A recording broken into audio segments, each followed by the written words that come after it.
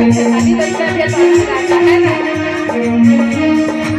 अभी तो माँ के वक्त दिख रहे हैं, अब वो सामने पड़ गए तो लग रहा है आप पे जा रहा है। जो लोग भोजन करने आ रहे हैं जय हो। प्यारी सी मुस्कान तेरी लागे,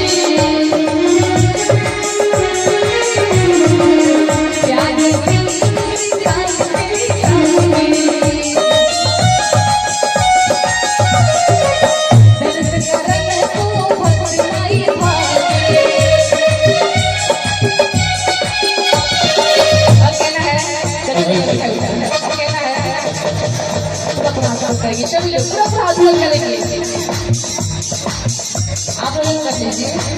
कहते हैं भैया, आप लोग पीछे खड़े कहते हैं कि जो मेरी मैया से दूर है वो बड़ी मजबूर है। मजबूर है भैया, जो मेरी मैया से दूर है वो बड़ी मजबूर है।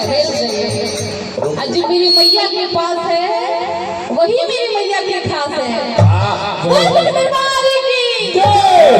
माँ के खास बनना है तो पास आ जाइए और तल तक कहना है क्या, प्यारी सी मुस्कान तेरी लागे, मुस्कान तेरी